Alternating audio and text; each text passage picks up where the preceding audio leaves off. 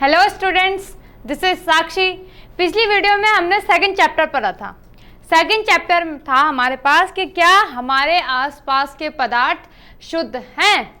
तो हमने उसमें पढ़ा था, निलंबन के बारे में पढ़ा था, विलयन के बारे में पढ़ा था, कोलाइट के बारे में पढ़ा था, टिंडल प्रभाव के बारे में पढ़ा था। टिंडल प्रभाव को मैंने आपको यहीं पे एक्सपेरिमेंट करके भी बताया था कि किस तरीके से हमें टिंडल प्रभाव दिखता है। पिछली वीडियो में हमने पढ़ा था कि जो हमारे मिश्रण होते हैं उनको हम किस प्रकार से पृथक करते हैं। जैसे अगर हमारे पास ठोस का मिश्रण हो या ठोस द्रव का मिश्रण हो या द्रव द्रव का मिश्रण हो, तो हम इनको किस प्रकार से पृथक करेंगे। तो आज हम इस वीडियो में, आपने देखा होगा आपके एनसीईआरटी बुक में, एनसीईआरटी की बात कर रही हूं मैं, एनसीईआरटी बुक में पृष्ठ, पेज नंबर, ठीक है, बिल्कुल शुद्ध हिंदी, पृष्ठ संख्या, ठीक है, पेज नंबर 16, 20, 26 में आपको क्या कुछ क्वेश्चंस मिलेंगे। तो आज हम उन्हीं क्वेश्चंस को सॉल्व करेंगे। देन उसके बाद हम आज इसी वीडियो में आपकी जो एक्सरसाइज है एनसीईआरटी की वो भी सॉल्व करेंगे। तो सबसे पहले हम जाते हैं फर्स्ट क्वेश्चन पे। फर्स्ट क्वेश्चन है हमारे पास कि पदार्थ से आप क्या समझते हैं। तो हमने ये पदार्थ कहाँ पढ़ा था, याद करो कहाँ पढ़ा था। अरे फर्स्ट चैप्टर में पढ़ा था ना, पदार्थ की अवस्थाएं, पदार्थ के प्रकार। किसने पढ़े थे? हम नहीं पढ़े थे, ठीक है। चलो सबसे पहले हम जाते हैं इसकी डेफिनेशन में। तो पदार्थ वे होते हैं जो एक ही प्रकार के कणों से मिलकर बने होते हैं, ठीक है, जो एक ही प्रकार। जैसे मेरे पास ये मार्कर है तो इसका जो मटेरियल होगा वो बिल्कुल एक ही प्रकार का होगा। ऐसा तो नहीं यहाँ कुछ और डाल रहे हैं, यहाँ कुछ और डाल रहे हैं, ठीक है। ये भी क्या है? पदार्थ है, ठीक। तथा उस पदार्थ में मौजूद सभी कण क्या होंगे? समान रासायनिक प्रकृति के होते हैं। क्या होते हैं वो? समान रासायनिक प्रकृति के होते हैं। अब बात करते हैं पदार्थ की अवस्थाओं के बारे में, ठीक है। अगर आपके पास पदार्थ के बारे में आएगा तो आप ये भी लिख सकते हो। अगर आपके पास एक्स्ट्रा टाइम है, बचा है कुछ टाइम, तो आप उनकी अवस्थाओं के बारे में संक्षिप्त में लिख सकते हो, संक्षिप्त में, सॉरी, ठीक है। हाँ, एक और चीज याद रखनी है, अगर जैसे आपके पास एक नंबर में आए कि पदार्थ से आप क्या समझते हैं, तो आप इतना ही लिखना, ठीक है। क्योंकि अगर आप एक पेज भर के भी लिखोगे और इतना भी लिखोगे, मार्क्स आपको उतने ही मिलने हैं, ठीक है। अगर 2 नंबर में आएगा तो ये लिख सकते हो, इसके अलावा आप जो आपने पढ़ा वो लिख सकते हो, या फिर उनकी अवस्थाओं के बारे में, प्रकार के बारे में आप लिख सकते हैं। तो हम बात करते हैं पदार्थ की अवस्थाओं के बारे में। तो पदार्थ होते हैं आपके 3 प्रकार के। क्या बोला मैंने कि जो पदार्थ होते हैं वो कितने प्रकार के होते हैं? आपके 3 प्रकार के, ठीक है। मतलब इनकी जो अवस्थाएं होती हैं। अच्छा, वैसे बेसिकली जो अवस्थाएं हैं वो 5 है। एक है ठोस, द्रव, गैस, बोस-आइंस्टीन और प्लाज्मा, ठीक है। तो यहाँ पे आपके पास है ठोस। आपके सिलेबस में आप पढ़ोगे ठोस, द्रव, गैस के बारे में, तो मैं आपको वही बताती हूँ, ठोस, द्रव और गैस, ठीक है, ठीक है।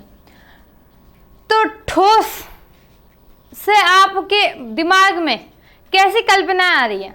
इमेजिनेशन करो।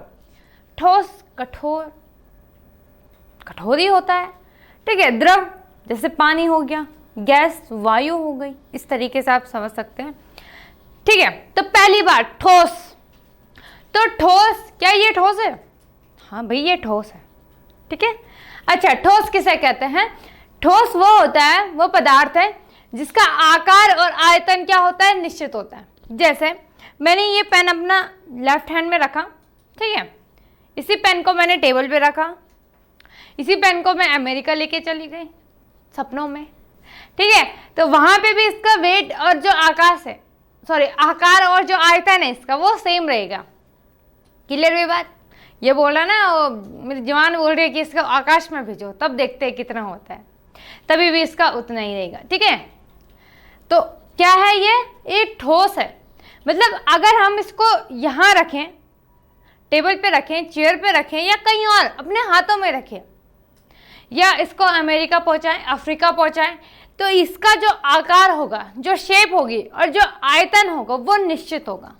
ठीक है, क्या होगा, इसका तो आकार और आयतन क्या होंगे, निश्चित होंगे। आकार आयतन क्या होंगे इन दोनों के, निश्चित। अब हम बात करते हैं द्रव की। ठीक है, तो एक एग्जांपल के तौर पे समझते हैं। मैंने एक बकेट ली, ठीक, और दूसरा मैंने एक मग ले लिया, जग बोलते हैं जिसे। ठीक है, दो लिए मैंने, एक जग था, एक बाल्टी है। देन मैंने क्या करा कि जग को फुल कर दिया पानी से, और उसके बाद उस पानी को, जग के पानी को मैंने बाल्टी में डाल दिया। फिर मैंने थोड़ी देर बाद देखा कि जो बाल्टी का पानी है उसको मैंने जब नापा, जब उसका मापन किया गया, तो वो उतना ही निकला गया जितना हमारा जग, मतलब जग था हमारा 2 लीटर का या 1 लीटर का मान लो। ठीक है, तो वह बाल्टी में भी उतना ही पानी आया, लेकिन जग की कुछ शेप इस तरीके से थी आपकी। ठीक है, ये आपका क्या था, जग था इस तरीके से, और जो बाल्टी थी वो उसका शेप इस तरीके से था कुछ।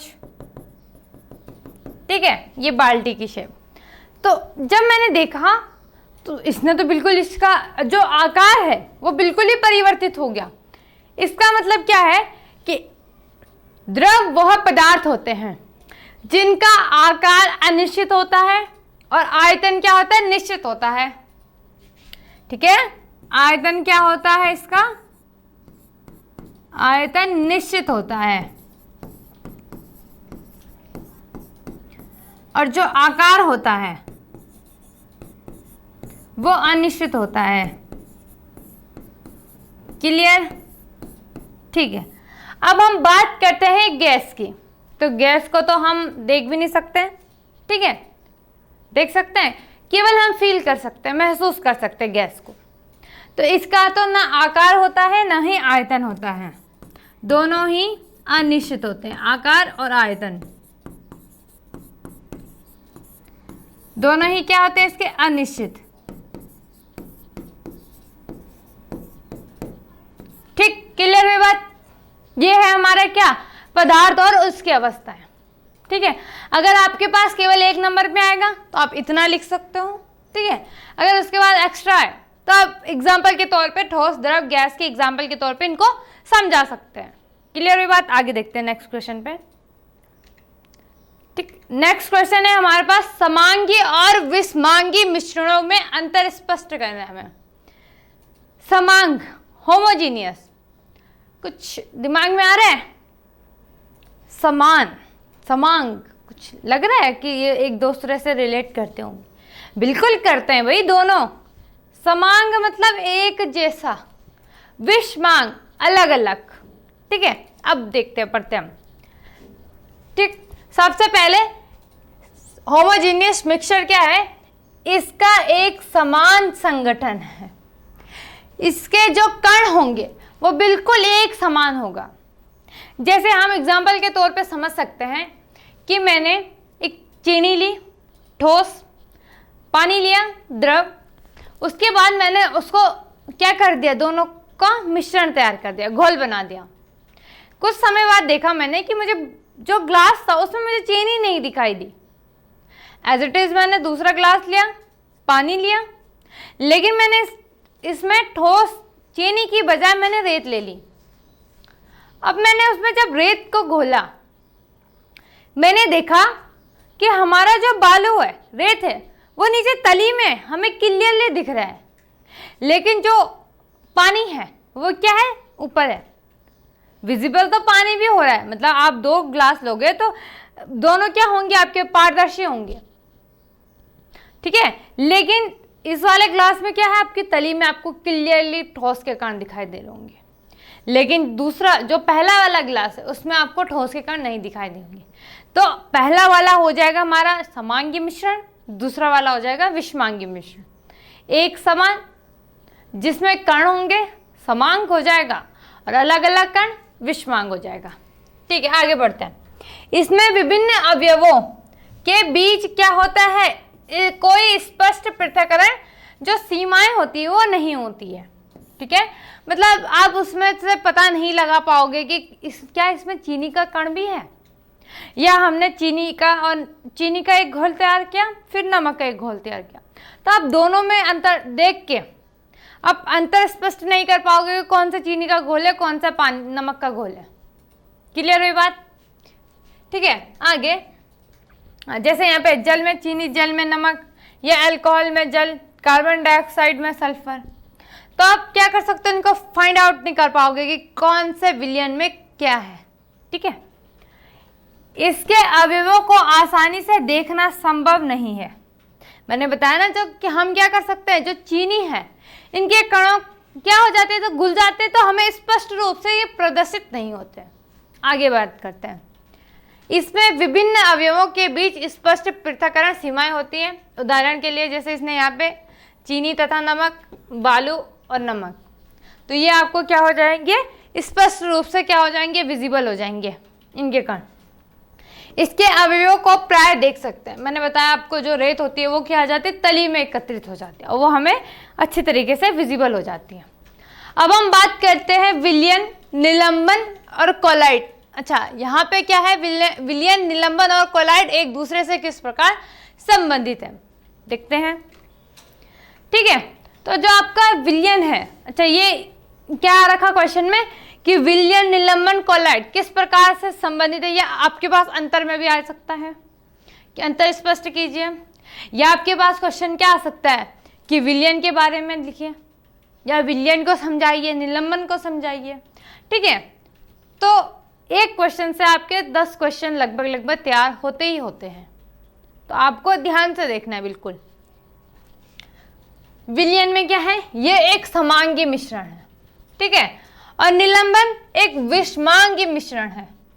आगे कोलाइड क्या है, यह समांगी दिखाई देता है परंतु क्या है, ये विषमांगी मिश्रण है। दिखाई कैसे देता है, समांगी मिश्रण की तरह, लेकिन यह क्या है, विषमांगी। या आप बोल सकते हो कि समांगी मिश्रण तथा विषमांगी मिश्रण के मध्य जो मिश्रण बनता है वो हमारा कोलाइड कहलाता है। क्लियर? ठीक है, अब हम बात करते हैं सेकंड कि विलय के कणों का आकार अत्यंत छोटा होता है। कि जो इसमें विलय के कण होते हैं तो वो क्या होते हैं, अत्यंत छोटे होते हैं, तभी तो हमें क्या होता है, प्रदर्शित नहीं होता, इसीलिए ये क्या होता है, हमारा समांगी मिश्रण होता है।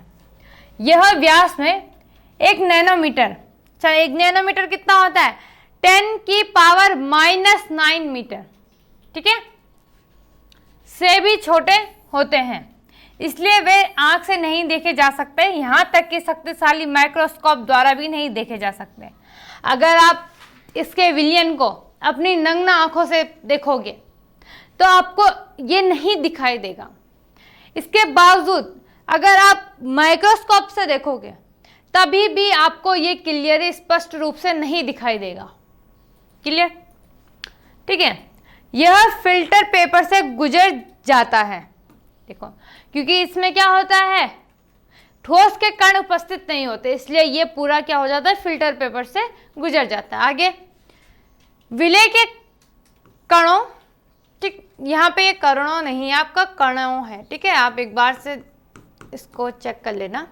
विलय के कणों का आकार बहुत बड़ा होता है, यह 100 नैनोमीटर से बड़े, इसलिए इन्हें आसानी से देखा जा सकता है। इसमें विलय के कणों का आकार विलयन के कणों से बड़ा परंतु निलंबन के कणों से छोटा। मैंने बताया ना, ये क्या होता है, ये विलयन और निलंबन के मध्य में उपस्थित होता है। तो विलयन से बड़ा होगा परंतु निलंबन से क्या होंगे, इनके कण छोटे होंगे। क्लियर? यह फिल्टर पेपर से, इसको हम क्या कर सकते हैं, गुजार सकते हैं, या यह फिल्टर पेपर से नहीं गुजरता क्योंकि ये क्या होता है, इसमें ठोस के कण होते हैं।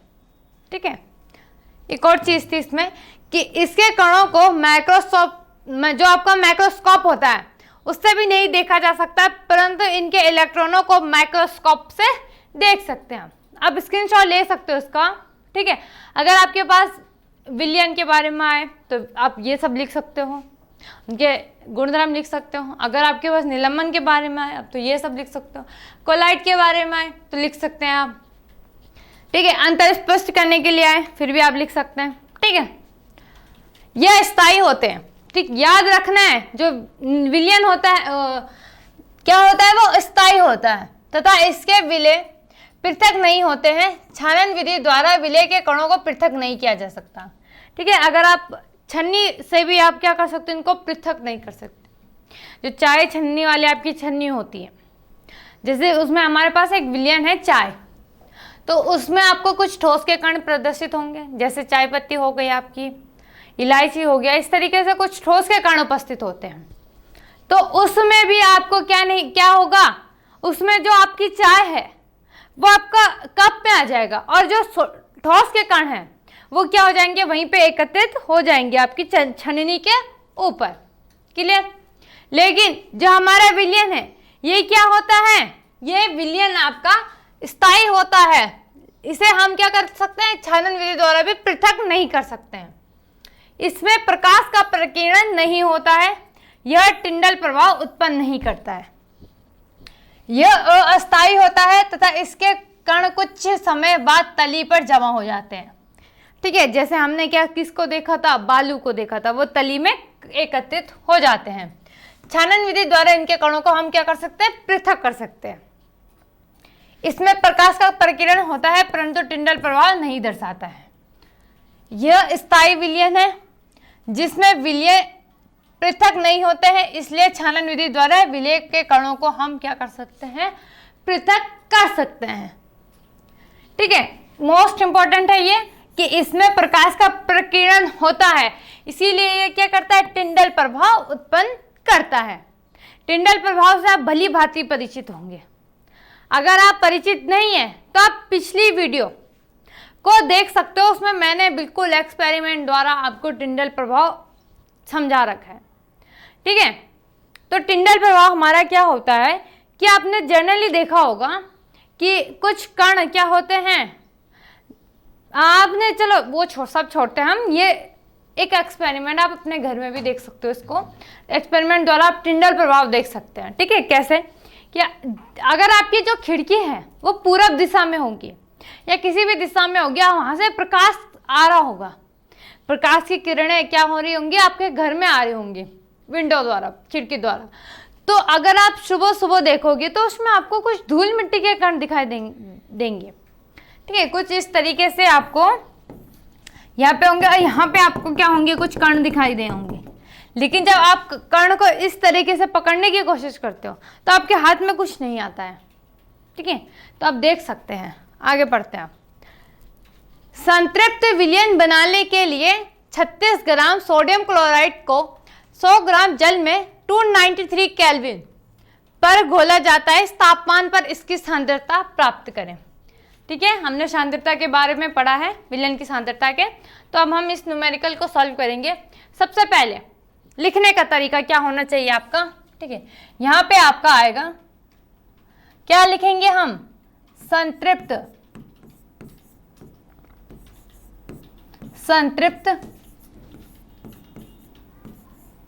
अच्छा ये आपका, ठीक है, ठीक है। आप यहां पे सबसे पहले लिखोगे सोडियम क्लोराइड का भार, वो लिखोगे आप 36 ग्राम, या द्रव्यमान भी लिख सकते हो, ठीक है।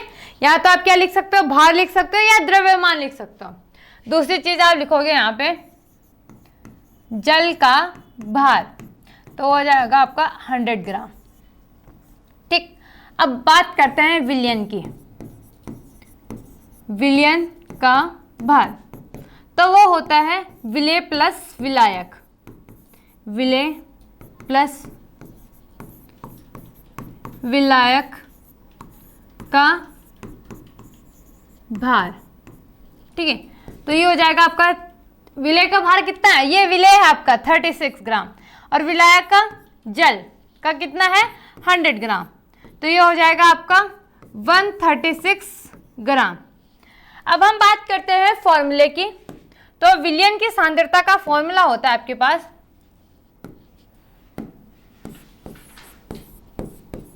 विलयन की सांद्रता, यह होता है आपके पास विलेय का द्रव्यमान या विलेय का भार अपॉन विलयन का भार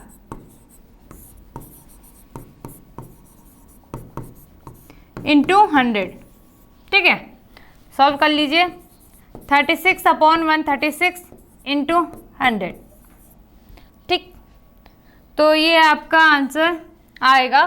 ठीक है, पहले इसको आप 2 से कैंसिल कर सकते हो या 3 से भी हो रहे हैं। ये तो नहीं होगा, ये होगा 2 से, तो ये भी होगा 2 से हमारा। तो यहाँ पे आपका 18 आएगा, यहाँ पे आपका आ जाएगा 6 और यहाँ पे आपका 8। ठीक है, अब फिर से हम अगर इनको कैंसिल करते हैं तो ये आएगा आपका 18 और यहाँ पे 9 और यहाँ पे आ जाएगा आपका 3 और 4। अब आपको क्या करना है, 34 को 900 से क्या करना है, आपको डिवाइड करना है। तो जब आप इसको डिवाइड करोगे तो आपका जो फाइनल आंसर है, फाइनल आंसर आपका आएगा 26.4%। ठीक है, क्या आएगा, 26.4%। तो क्या आ जाएगा आपका कि इस तापमान पे जो विलयन है उसकी सांद्रता क्या होगी, 26.4% होगी। ये आपका आंसर आ जाएगा। ठीक है, इस तरीके से आप न्यूमेरिकल को सॉल्व कर सकते हैं। अब इसमें क्या है, पेट्रोल और मिट्टी का तेल, जिसे हम केरोसिन भी बोलते हैं, जो कि आपस में घुलनशील है, के मिश्रण को आप कैसे पृथक करेंगे। अच्छा, दो हमारे पास कुछ याद आया जब हम दो द्रव को क्या करते थे, पृथक करते थे। दो द्रव, एक तो हमारे पास क्या था, प्रभाजी आसवन था, और एक क्या था, पृथककारी कीप थी। तो उससे हम क्या करते थे, दो द्रवों के मिश्रण को क्या करते थे, पृथक कर सकते थे। ठीक है, तो अच्छा आगे भी लिखा है कि पेट्रोल तथा मिट्टी के तेल के क्वथनांकों में 25 डिग्री सेल्सियस से अधिक का अंतराल है। ठीक है, तो देखते हैं, जब दो घुलनशील द्रवों के क्वथनांकों में अंतर 25 डिग्री सेल्सियस या इससे अधिक हो, तब इनके मिश्रणों को आसवन विधि, मैंने बताया आपको प्रभाजी आसवन विधि है। ठीक है, आसवन विधि द्वारा हम एक ठोस और द्रव को भी कर सकते हैं, लेकिन यहाँ पे मैं प्रभाजी भी कर रही हूँ। प्रभाजी आसवन विधि द्वारा हम क्या कर सकते हैं, इनको पृथक कर सकते हैं। डायग्राम के थ्रू मैं आपको समझाती हूँ। ठीक है, ये है आपका प्रभाजी आसवन विधि द्वारा। ठीक, यहाँ पे अच्छा, ये डायग्राम में आपको दिख रहा होगा कि यहाँ पे अल्कोहल है और जल वाष्प है। ठीक है, क्या है यहाँ पे, आपको अगर विजिबल हो तो आप देख सकते हैं अल्कोहल और जल वाष्प है। ठीक है, तो आपको केवल ये दो चीज यहाँ से हटानी है, यहाँ से अल्कोहल का वाष्प भी हटा दीजिए। आपने यहाँ पे लिखना है पेट्रोल और मिट्टी का तेल। क्या बताया मैंने आपको, पेट्रोल, दूसरा क्या आ जाएगा आपका, पेट्रोल तथा यहाँ पे लिख देती हूँ मैं मिट्टी का तेल, या आप केरोसिन ऑयल भी लिख सकते हैं। ठीक है, विजिबल है।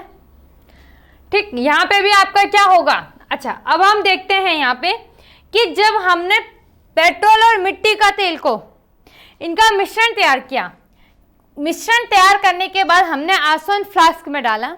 ठीक है, उसके बाद हमने यहाँ पे एक अपने स्प्रिट लैंप या फिर बर्नर जो भी होगा आपके पास वो रखा। उसके बाद हमने क्या करा, अच्छा यहाँ पे जो आपको ये क्रॉस क्रॉस का निशान है, यहाँ पे ये क्या है, तार की जाली है।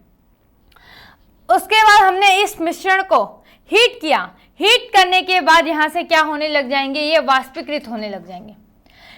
वाष्पीकृत किसमें, कांच के मनकों से भरा प्रभाजक स्तंभ है हमारे पास। ठीक है, जिसका हमारा यहाँ पे ये ऊपर आपका टेम्परेचर भी है, तापमापी, जिससे आप टेम्परेचर नापते हैं। ठीक, उसके बाद ये क्या, विलयन जो है ये क्या होने लग जाएगा आपका, यहाँ से वाष्पीकृत होने लग जाएगा। क्या होने लग जाएगा, यहाँ से वाष्पीकृत हो गए वो, ये इस जो आपके पास जल द्रवणित है, इससे वाष्प के रूप में क्या होने लग जाएगा, प्रवाहित होने लग जाएगा। एक और चीज कि हम जब यहाँ पे वाष्प है, जो आपका गैस होती है, उनके बीचों का जो कणों का जो स्पेस होता है वो काफी दूर दूर होता है। ये है द्रव के कण, ठीक है, सॉरी ये गैस के हैं, और द्रव के थोड़ा कुछ इस तरीके से होते हैं आपके, आंतरिक संरचना है इनकी, ठीक है। और अगर ये क्या है, अगर हम इसमें प्रेशर लगाएं और टेम्परेचर क्या करें, इसको कम घटाएं, प्रेशर बढ़ाएं, दाब को बढ़ाते हैं और ताप को घटाते हैं, तो गैस अवस्था से आपकी द्रव अवस्था में परिवर्तित होती है। और अगर और ज्यादा करें तो द्रव अवस्था से आपकी ठोस अवस्था में क्या होते हैं, ये परिवर्तित होती है, ठीक है। तो हम यहाँ पे क्या करते हैं, इसके टेम्परेचर को कम करते हैं ताकि जो हमारा वाष्प है वो गैस अवस्था से किस में आ जाए, आपकी द्रव अवस्था में आ जाए। क्लियर हुई बात। तो इस तरीके से आप क्या कर सकते हो, यहाँ पे केरोसिन और जो पेट्रोल है उनको क्या कर सकते हो, दोनों को पृथक कर सकते हो। किस विधि द्वारा, प्रभाजी आसवन विधि द्वारा। अब इसका डायग्राम बना लीजिए, ठीक है, स्क्रीनशॉट ले लीजिए।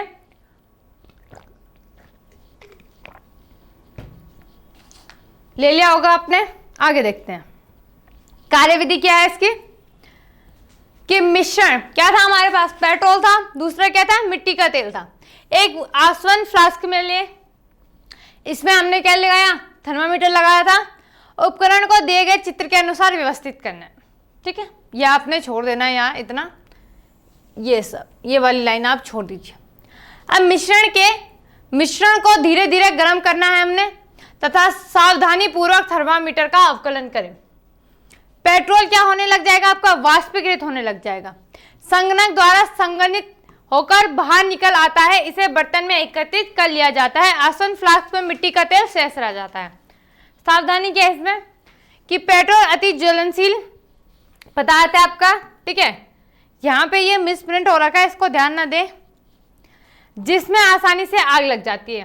पेट्रोल को देखा होगा आपने, अगर नॉर्मली नहीं देखा होगा तो मूवियों में तो देखा होगा, देखा है, जब एक मूवी थी, लाडला थी शायद से, ठीक है, तो उसमें जो उसकी मालकिन होती है, श्रीदेवी होती है शायद, कंफर्म से मुझे नाम उनका याद नहीं है, तो वो क्या करती है, जब अनिल कपूर उनकी गाड़ी को टच करता है तो वो पेट्रोल से अपनी गाड़ी को क्या कर देते हैं, जला देते हैं गुस्से में।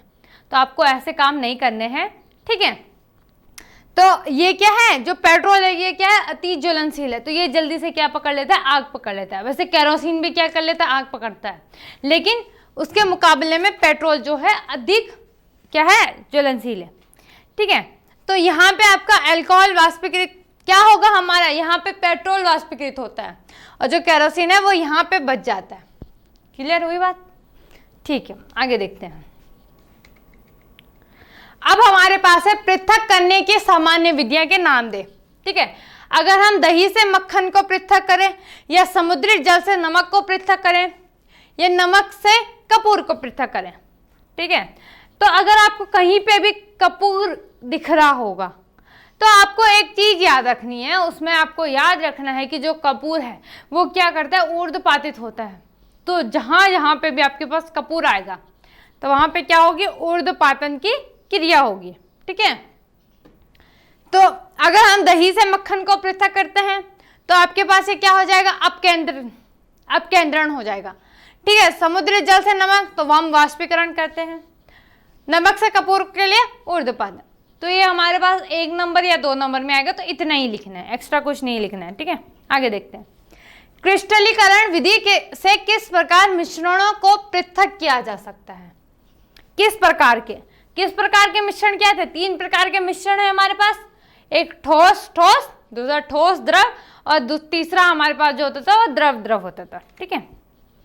तो क्रिस्टलीकरण विधि का प्रयोग ठोस पदार्थों को शुद्ध करने में किया जाता है। मतलब जो ठोस होंगे, 2 ठोस आपके पास क्या होंगे, विलयन होंगे। उदाहरण के लिए समुद्री जल से प्राप्त नमक में बहुत सी अशुद्धियां होती है, जिन्हें दूर करने के लिए क्रिस्टलीकरण विधि का उपयोग किया जा सकता है। ये आपको केवल 1 नंबर में पूछा जाएगा, ठीक है, पूछा जा सकता है, ठीक। तो आपको इतना ही लिखना है। अगर आपके पास 2 नंबर में आए तो आप क्या कर सकते हो, डायग्राम के थ्रू समझा भी सकते हो, उसकी कार्यविधि भी लिख सकते हो, ठीक है। आगे देखते हैं।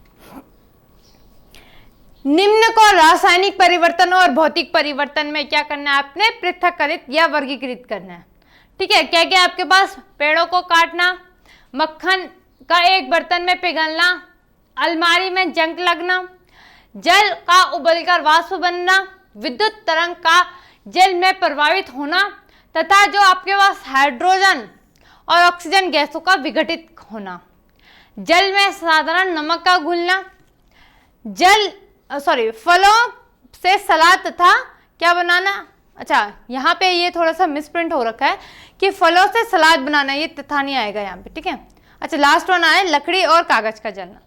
तो आप देख सकते हैं यहाँ पे भौतिक परिवर्तन में आएगा आपका कि पेड़ों का काटना, ठीक है। भौतिक से आप ये समझ सकते हैं कि हम जो उनकी बाहरी जो संरचना है उनको चेंज कर सकते हैं, ठीक है। जैसे मैंने यहाँ पे जैसे क्लियरली लिखा है कि पेड़ों का काटना, ठीक। तीसरी चीज, रासायनिक परिवर्तन में अलमारी में जंग लगना, विद्युत तरंग का जल में प्रभावित होना तथा उसका हाइड्रोजन और ऑक्सीजन को हम क्या कर सकते हैं, विघटित कर सकते हैं। ये किसके द्वारा कर सकते हैं हम, रासायनिक परिवर्तन द्वारा। लकड़ी और कागज का जलना, जल का उबलकर वाष्प बनना, ये भौतिक परिवर्तन में आएगा। जल में साधारण नमक का घुलना, फलों से सलाद बनाना, ये किस में आएगा आपको। इस तरीके से आप इनको क्या कर सकते हो, पृथक्कृत कर सकते हैं। क्लियर। नेक्स्ट क्वेश्चन देखते हैं।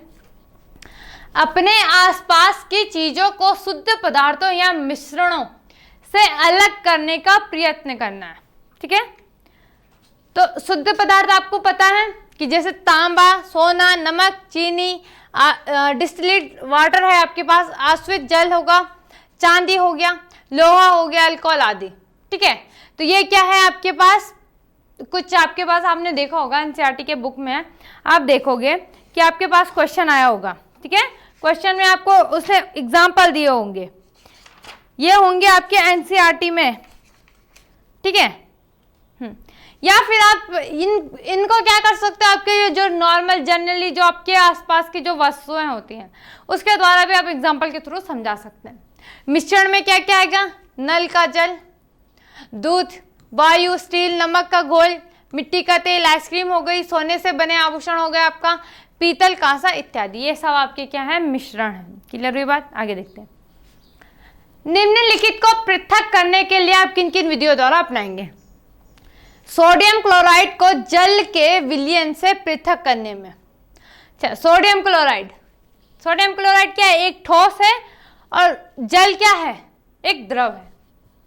तो ठीक है, आगे दूसरा क्या है, अमोनियम क्लोराइड और सोडियम क्लोराइड तथा अमोनियम क्लोराइड के मिश्रण को पृथक करने में।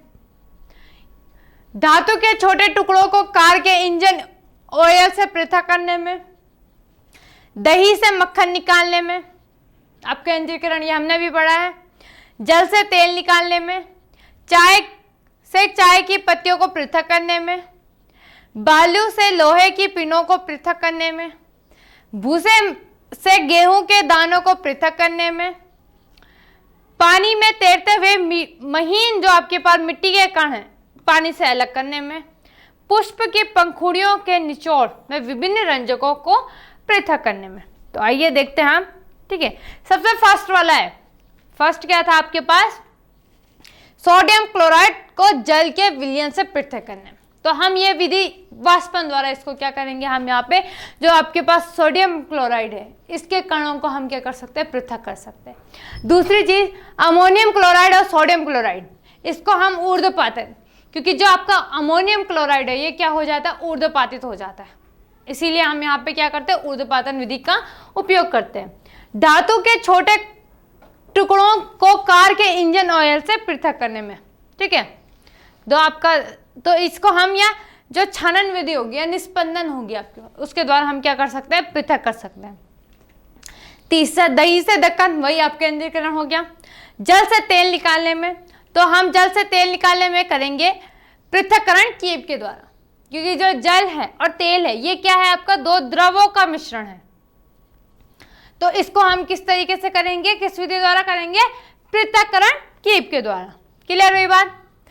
चाय से चाय पत्तियों के नॉर्मल है ये तो छानन विधि द्वारा, ठीक है। दूसरा है आपका कि जो बालू है, लोहे की पिन, लोहे की पिन है, इसका मतलब लोहा कौन आकर्षित करता है, चुंबक, तो ये क्या होगी, चुंबक विधि द्वारा। दूसरा भूसे से गेहूं को द्वारा पृथक करने में। तो ये होगी हमारी फटकन। मतलब फटकन आपने देखा होगा नॉर्मली, जो आपने सूप देखे होंगे गांव में, अगर आप गए हो कभी या आपके घर में भी नॉर्मल, तो आपने देखा होगा कि सूप में क्या करते हैं हम, कई बार क्या करते हैं, जैसे चावल फटकते हैं या कुछ और एग्जाम्पल के द्वारा भी आप समझ सकते हैं, तो उस द्वारा भी हम क्या करते हैं, या आपने देखा होगा कि नॉर्मली एक, मैंने तो किताबों में देखा है कि क्या दिखाया, मतलब किताबों में या गांव में क्या देखते हैं हम कि जो सूप होता है उसमें हमारे जैसे धान हो गया या गेहूं हो गया, तो उसको हम क्या करते हैं, काफ़ी जब हमारी हवा चलती है तो उसको इस तरीके से कुछ सूप को हिलाते हैं और उससे हम जो हमारे गेहूं के कण हैं तो वो कुछ थोड़ा भारी होते हैं अशुद्धियों के मुकाबले, तो वो हमारे तली में गिरते रहते हैं, और जब हवा आती है तो उसमें जो अशुद्धियाँ होती है तो उन अशुद्धियों को हवा द्वारा वो क्या हो जाती है, किनारे पे या कहीं दूर आसपास उड़ जाती है। ठीक है, पहले के लोग क्या करते थे इस विधि के उपयोग से, मतलब किससे, कि जब हम सूप से क्या कर रहे हैं गेहूं, तो इससे वो दिशा का पता लगाते थे।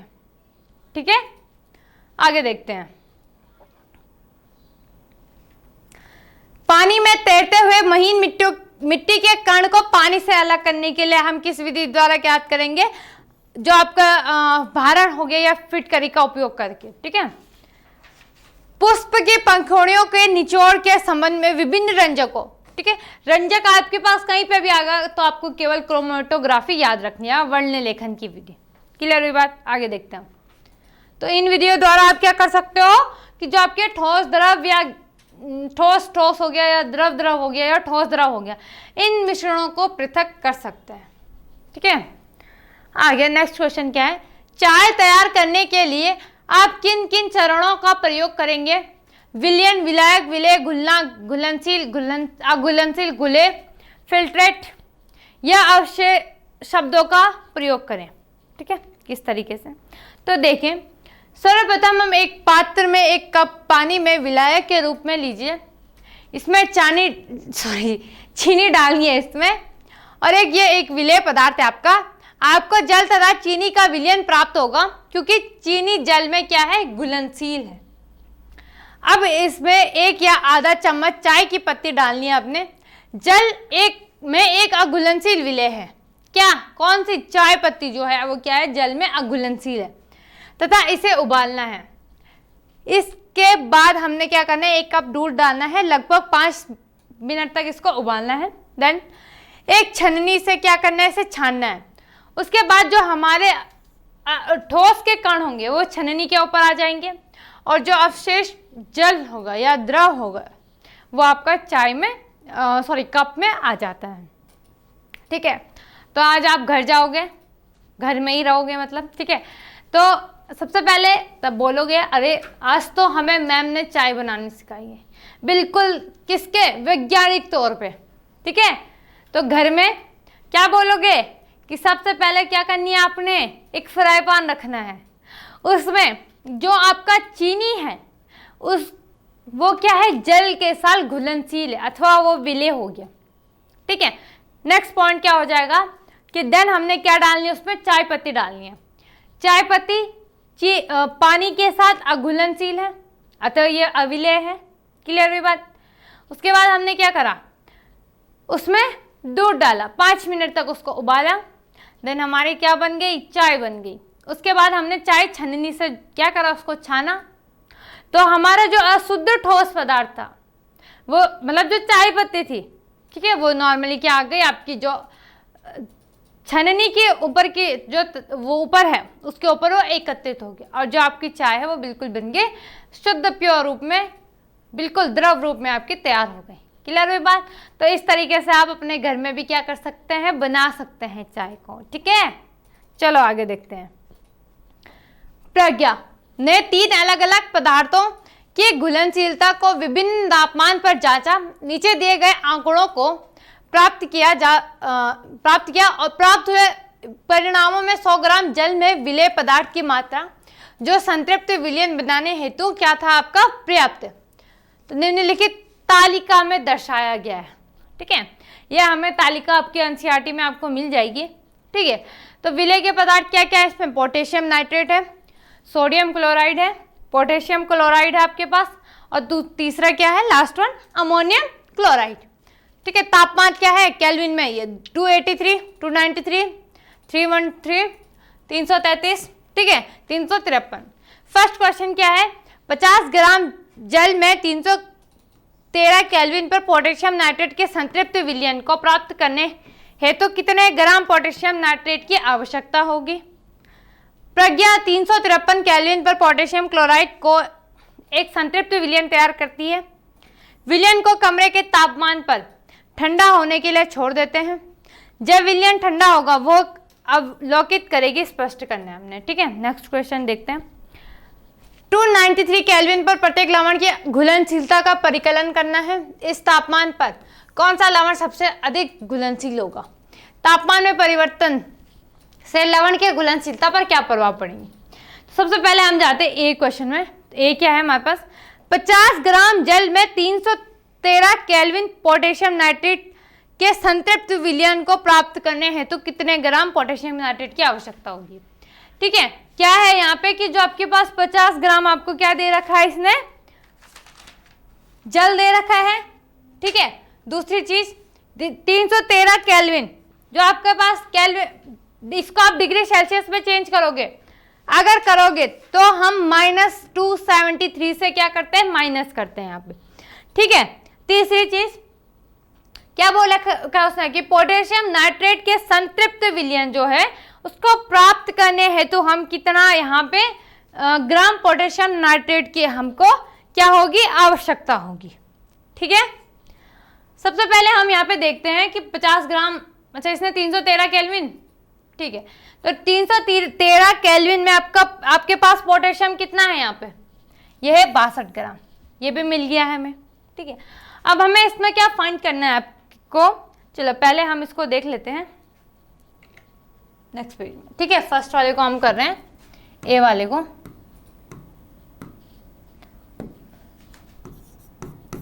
सबसे पहले तो आपको लिखना है यहाँ पे जो उसने दे रखा है, क्या क्या लिखोगे, एक तो लिखोगे जल का भार 50 ग्राम, पोटेशियम नाइट्रेट का भार 62 ग्राम, क्या बोला मैंने। ठीक है, जल का भार पहले लिखोगे पोटेशियम नाइट्रेट,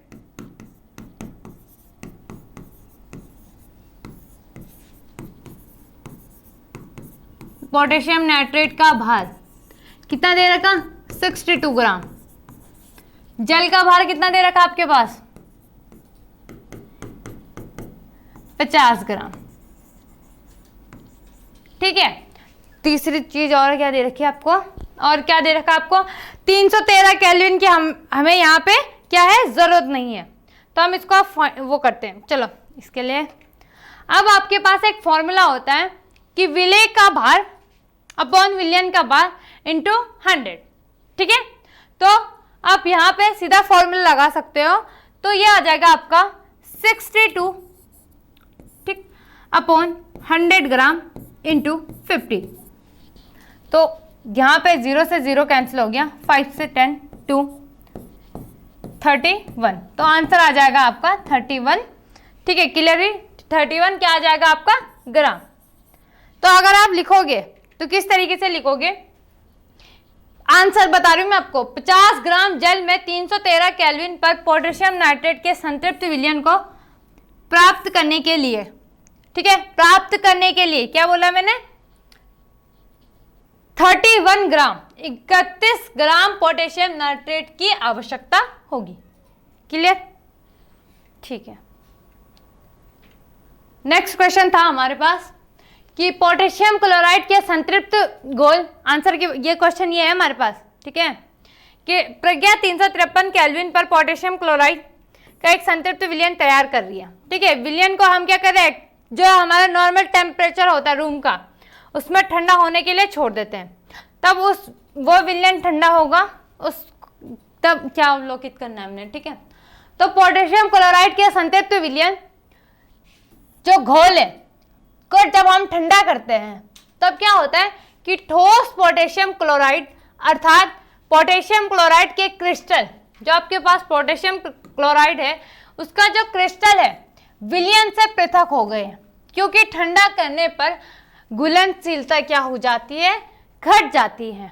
अतः के जो आपके पास यहाँ पे ठोस है, ठोस क्या है यहाँ पे आपका पोटेशियम क्लोराइड है, तो वहां से आपके पास क्या बच जाता है, पोटेशियम नाइट्रोजन ऑक्सीजन का क्रिस्टल प्राप्त हुआ। क्लियर हुई बात? आगे देखते हैं। नेक्स्ट क्वेश्चन था आपके पास,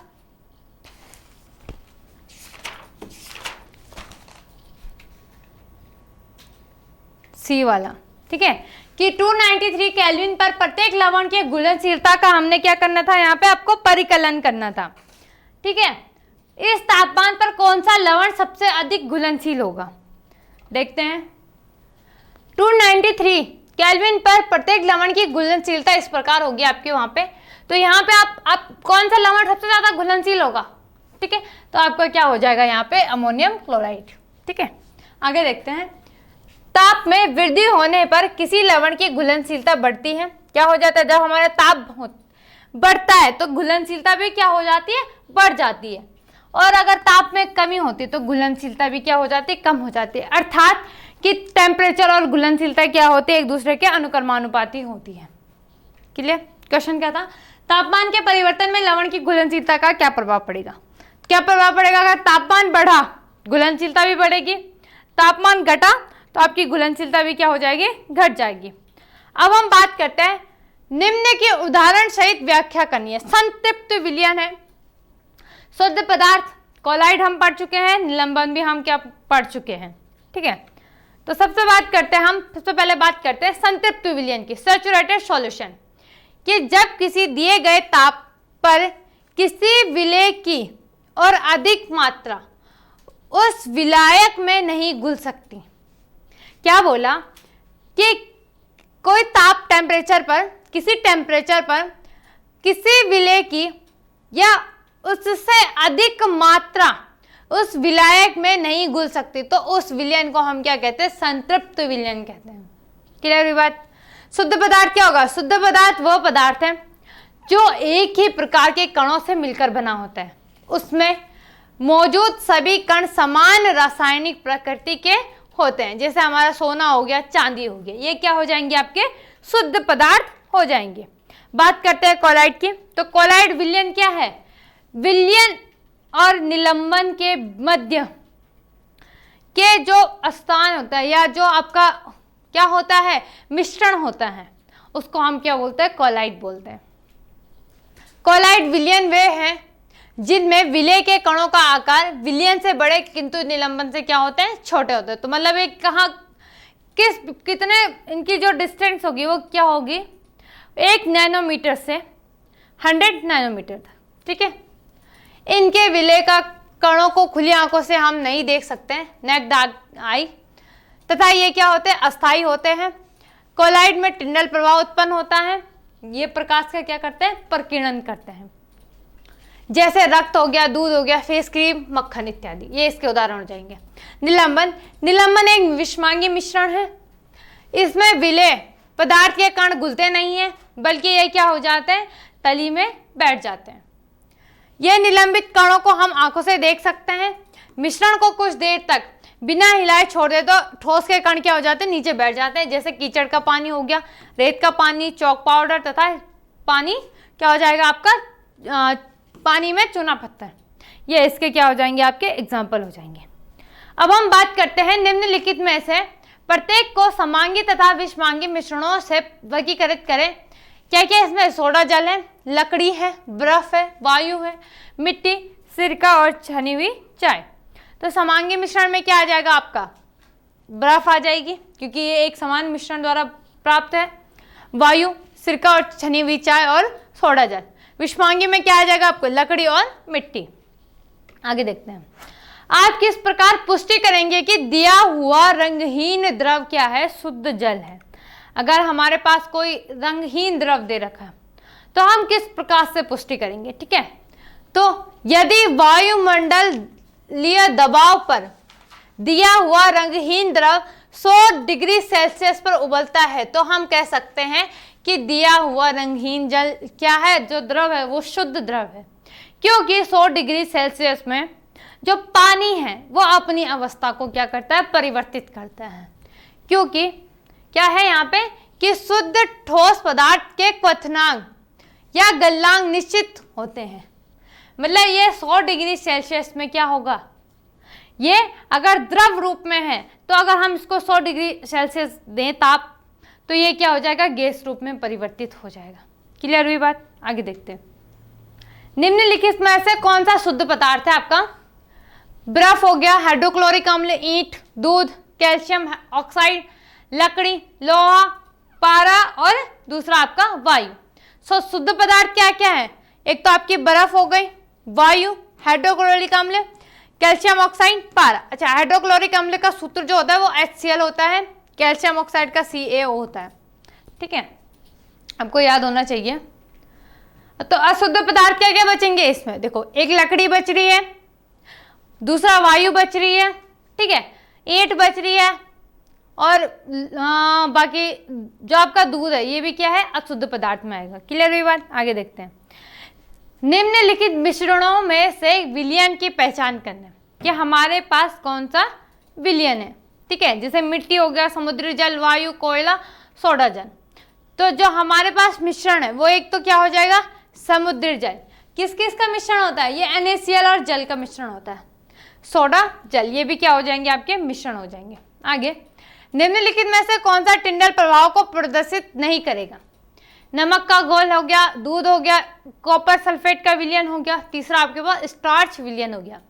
तो दूध तथा स्टार्च विलयन, ठीक है, क्योंकि ये कोलाइड के विलयन है, तो ये टिंडल प्रभाव को प्रदर्शित करेंगे। कौन कौन से, एक तो दूध करेगा, दूसरा स्टार्च विलयन।